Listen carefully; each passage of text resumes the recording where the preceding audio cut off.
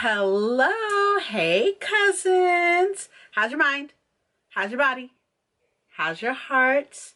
I hope that you're doing well. Thank you so much for coming to my channel or coming back to my channel. I really appreciate you. Today we'll be talking about my top 8 books of 2024.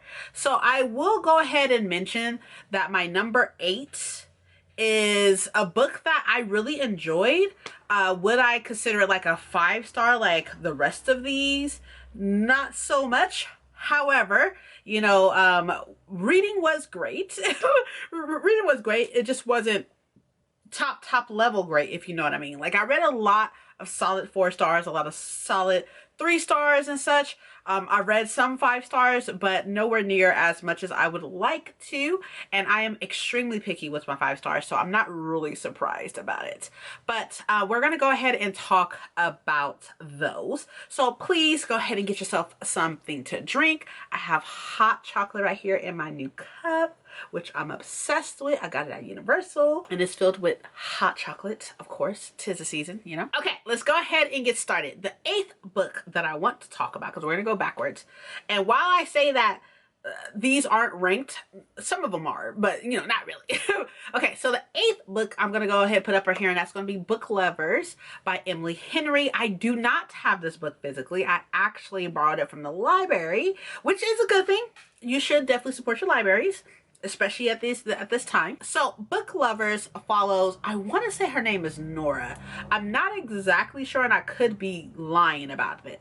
But one of the reasons why I love this book so much is because of the fact that she loves books so much. It's so refreshing to read a book about a person who loves books. So Nora is an editor of some sort, and she decides, well, not her actually, her sister decides that she wants to do like a little vacation. Her sister's big and pregnant, so they go to this like little tiny small town, and like Nora has like some checklist of things to do.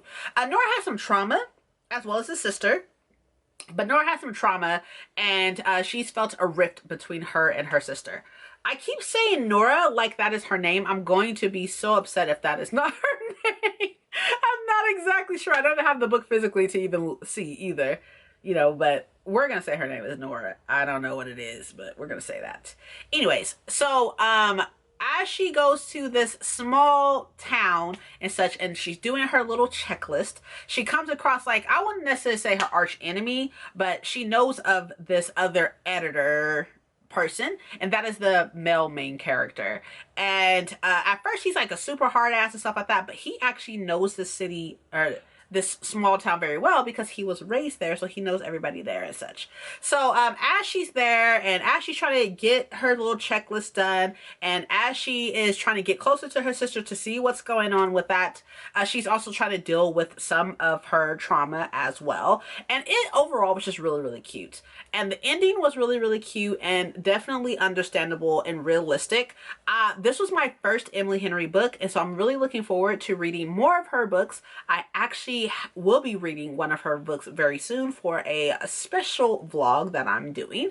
I will not talk about it here. You'll just have to wait to see. But nevertheless, I'm looking forward to reading the rest of her books. I'm also looking forward to reading Abby Jimenez, which is another good author that I hear about that I haven't read yet. So yeah, this was my first Emily Henry book, and I liked it a lot. There's a one point in time where I actually stayed up late to get some more reading done because I was super excited to see what was going to happen. And the sex scenes, really good. I am not a person who wants sex every single page, like, or every single chapter or anything like that. So the amount of sex was definitely up to par for what I like. So I really enjoyed it. So I'm really excited that it made this list, even though it was at the bottom of the list, because like it can't hold a candle to the rest of these.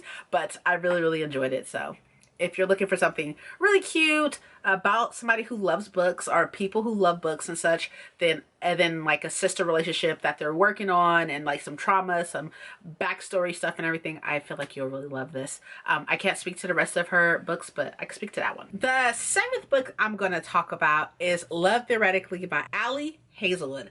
I am a Ali Hazelwood fan. Like, I don't care about what people say about her. Oh, all of her books are the same. I don't give a fuck. Not a singular fuck. I loved every single book that I've read by her. I've read The Love Hypothesis.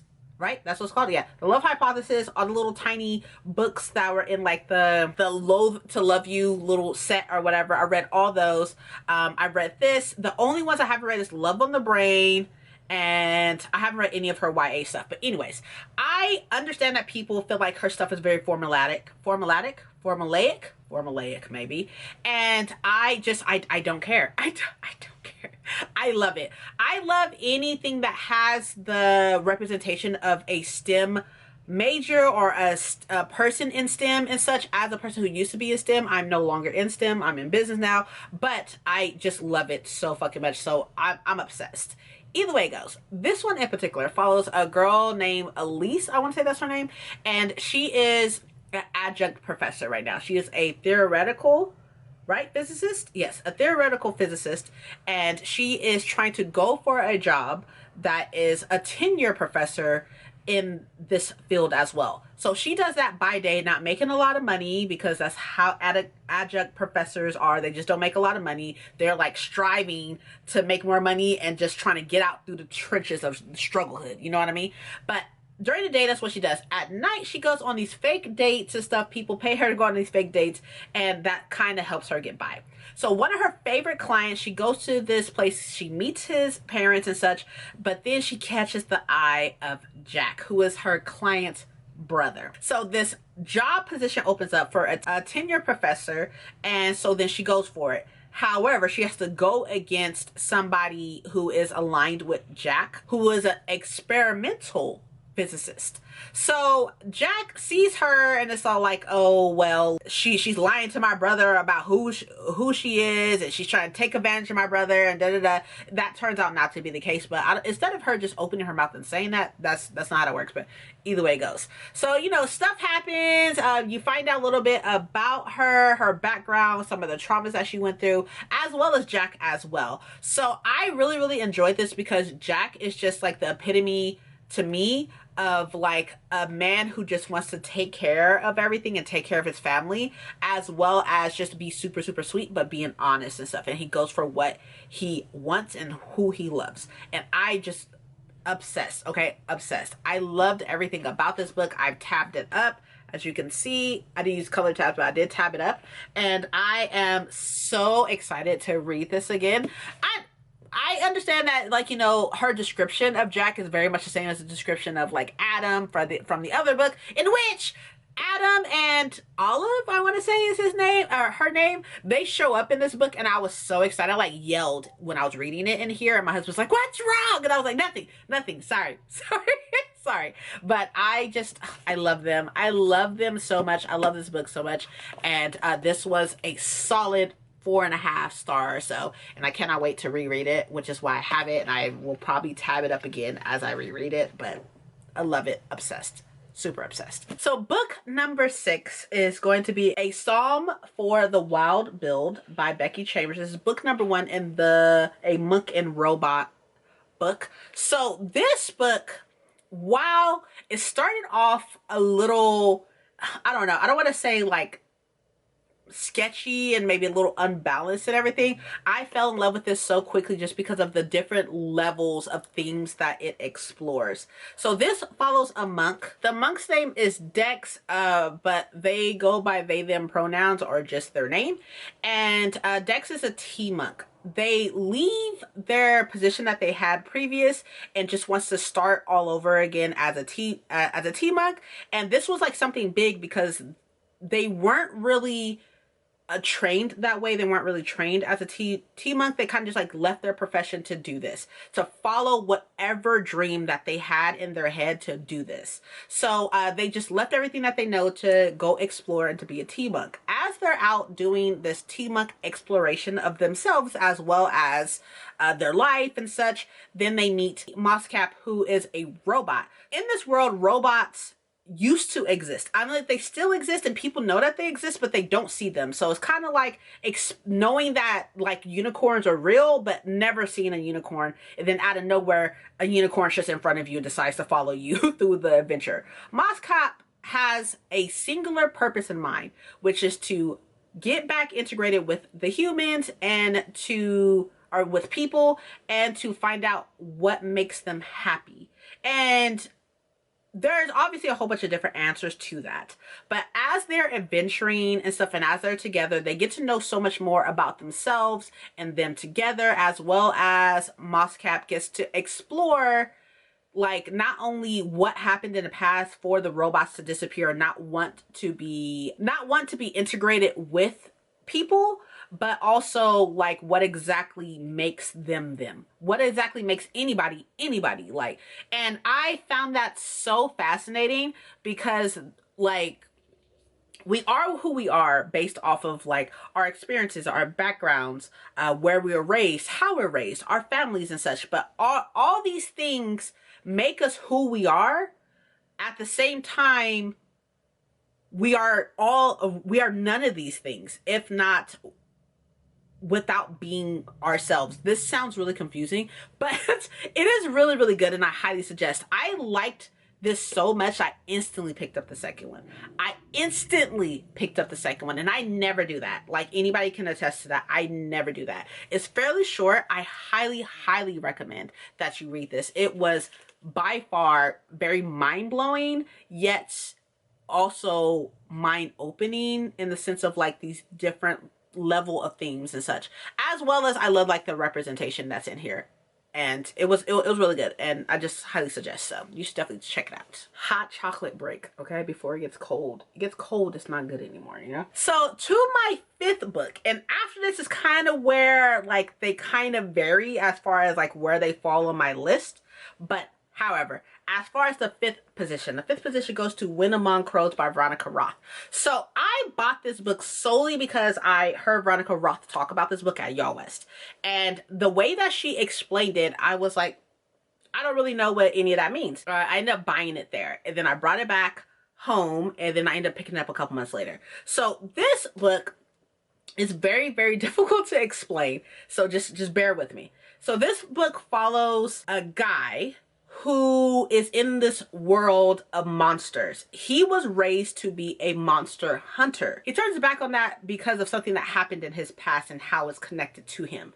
I don't want to spoil anything. It's not that long of a book, so I'm trying really hard not to.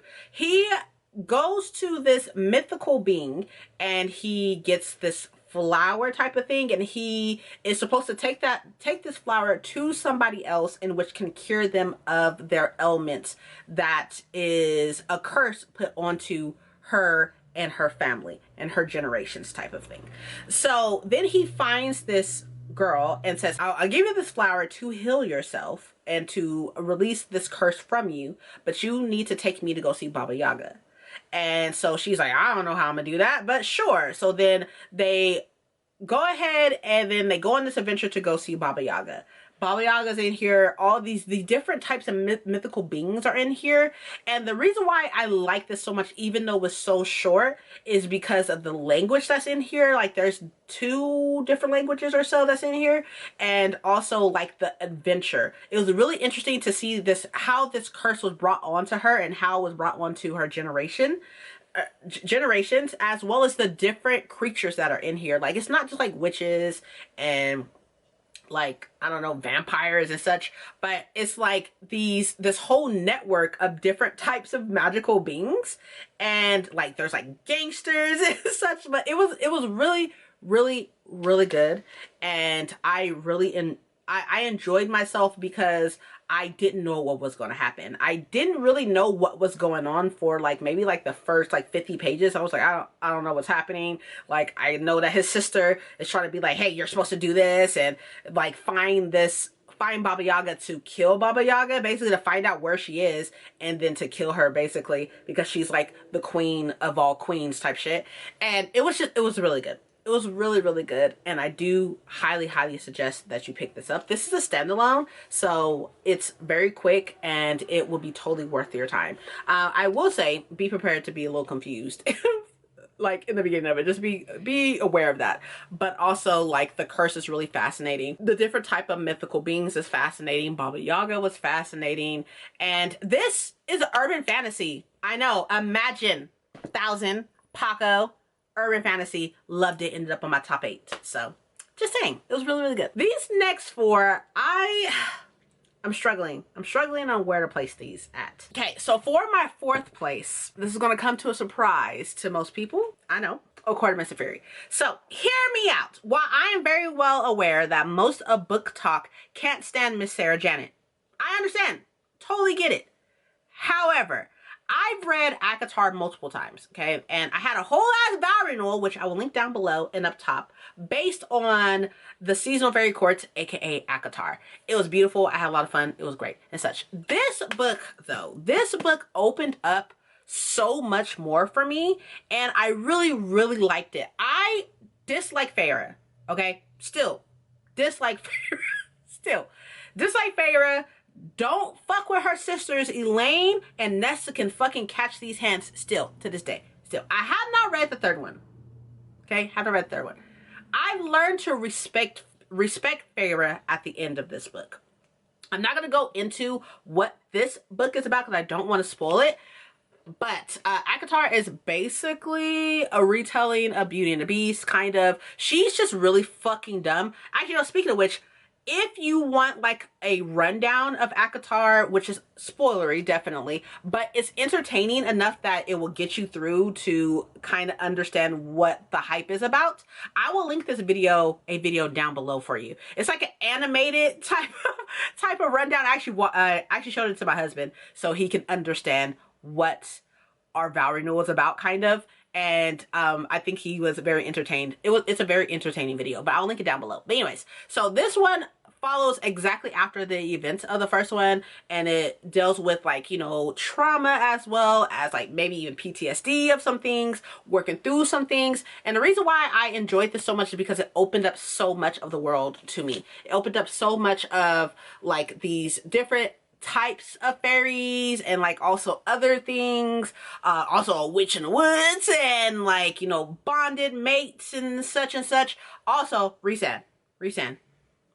That's all I'm gonna say. Rhysand. Like, I don't even care. Rhysand was amazing. I have these tabbed up, as you can see. I started folding the pages and stuff at the end of it because I ran out of the tabs that I was using. But love this. I'm excited to read the third one. I do not have high hopes for the third one. I didn't have high hopes for this either, but I really enjoyed this one. I'm hoping I will enjoy the other one. And then there's like the tiny one before you go into Nesta's story that I honestly could not fucking care less. However, I do have it and I will be reading it. I'm much more a Throne of Glass girly than Acatar girly, but yes, A Court of Mist and Fury has made my top 8 list of the year. I don't know why I'm surprised because that's also everybody else's favorite. So I guess I'm just a basic bitch, you know, in the sense of I get it. I understand. I'm gonna go into my third one and I want to explain why this is third because in all actuality, it probably should not be third, but I'm gonna explain. And that is Amber in the Ashes. So I could have sworn I read this in 2023. But from what Goodreads said, I read this in 2024, which was honestly surprising. Either way it goes, I loved this book and it made me so upset that I just now read it. It made me so upset that I was missing a piece of my soul from not reading this book. So this book follows Lila as well as Elias, and Lila has already had some stuff happen to her life. Her parents died and now she's living with her grandparents. And so I'm going to spoil the first maybe chapter. So I'm sorry. It's the first chapter though. And you just fucking get over it, honestly. But anyways, I'm going to spoil the first chapter right quick. Go to this time frame to go to this timestamp if you don't want to hear about the first 2 chapters or so. Okay. So anyways, Lila's living with her grandparents. Her grandparents are then killed by the Empire soldiers, right? And then her brother is kidnapped. She gets away. And because her brother was taken by the Empire's soldiers, the Empire, he was placed inside this prison and stuff, she is now trying to find the rebellion to help her get her brother back. So then she finds the rebellion and they're like, okay, cool, we'll help you because of different things I'm not going to get into, but we'll help you, but you have to do something for us. So then she is placed into this school of assassins, aka the Empire soldiers, and she is there to basically get information about what's going on because at this point the Emperor person is looking for a top soldier person. right? So there are some trials that's about to happen with these soldiers at this school, this assassin school. That's probably the best way to put that, I guess. In comes Elias's point of view. So Elias goes to the school. He was trained and raised from Jump Street to go to the school to become top assassin. His mama runs this whole fucking place. So he is in there trying to figure out what's going on and is trying to pass and all the good stuff. However, he wants nothing to fucking do with this. He wants nothing to do with it. He wants to run away. He wants to live his best life. He wants nothing to do with these assassins, with the school, anything. He just needs to survive long enough to get out. They end up meeting, of course, and stuff. There's some stuff that happens. There's the trials that are happening and everything. There's these mystical creatures type of thing that are in these trials and everything. It's a lot of fun. I highly suggest you pick it up. The second one started with a fucking bang, and I'm so upset that I did not finish the second one. Like, I just completely just set it down and just didn't go back to it. But I loved this book so much, and I'm so excited to finish this series. I believe I have this series in my series video, which I will link down below and up top for you if you want to check that out. But I'm pumped. I'm excited. It's so good. Highly suggest, highly recommend. Just listen to me. Just listen to me. It's fine, because I'm right and you're wrong, so just listen to me. I'm gonna talk about these next two books together, okay? I'm not putting one or two on these next two books because that is impossible, for one, because they're two different type of books, so I'm not doing that. But I will talk about them together. Last two, we have Only for the Week and The Jasad Heir. So Only for the Week is written by Natasha Bishop. This is a romance book. And then The Jasad Heir is written by Sada Hashim, which is a fantasy book. So these two cannot be compared because while they both kind of have romance in it, I guess, this one is strictly a romance book and it's so good. So good! And this is a lot of fantasy. And it's also very, very good. So I'm going to talk about the romance book first. This follows a girl named Janelle. She is planning this big bash vacation thing for her sister's wedding. Her sister is getting married to Janelle's ex-boyfriend.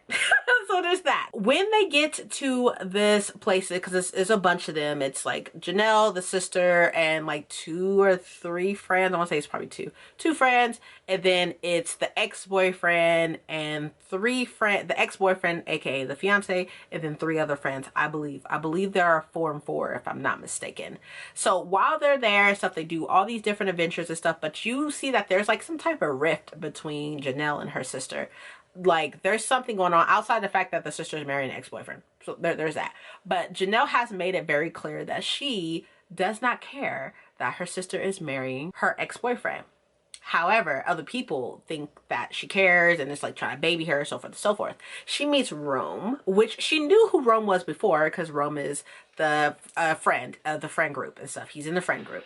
And while Rome and Janelle are there, they kind of get to know each other. They kind of have some sex. And he was like, let me do everything you need me to do for a week. Let me be yours for a week. Rome. Hands down. Best boyfriend, I guess.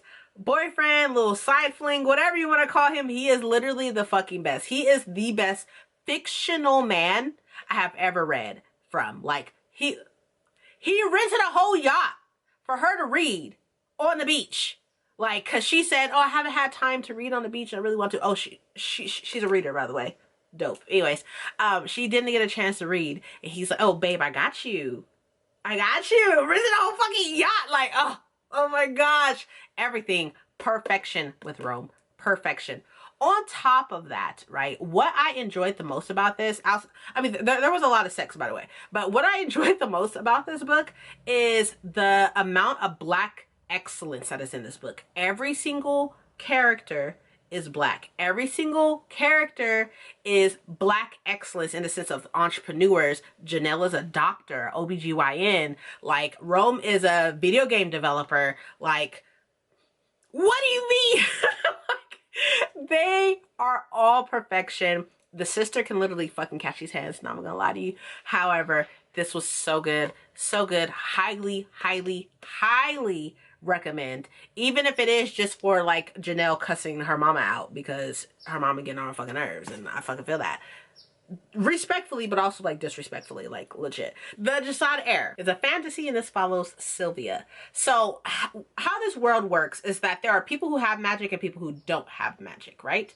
And Sylvia is a descendant of the rulers of this place that had magic, but supposedly they got too powerful or whatever. They got too in their feels, was feeling their Cheerios a little too much. So then there was like a big rebellion in the sense of like they killed like the whole family, and they think that they killed everybody in that family. Obviously not, because Sylvia still exists, but nobody knows who she is. Nobody knows that she is the last descendant of this family that was burnt the fuck up, lit on fire, killed type thing. So she is in hiding in the sense, and she literally just wants to be by herself. She doesn't want the responsibility of being a royal, so forth and so forth. And then there is the prince of the new reigning people, the new reigning royals who do not have magic. There's like this big thing that happens every so often, I guess, in which like these royals choose like their own champion and such.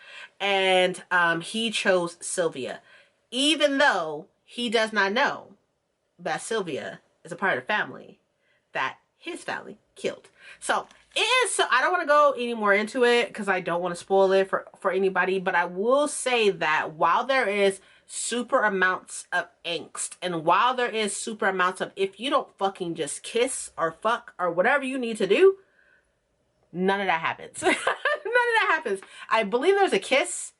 If I'm not mistaken, there's a kiss, but outside of that, like, nothing happens. There's a lot of angst.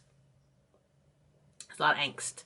And like, you wanting stuff to happen, but it just doesn't happen for now. The second book is coming out really, really soon, and I'm so fucking excited. I'm so excited. I'm so excited. And I'm so happy that I read this. Like, this has changed my life for the better.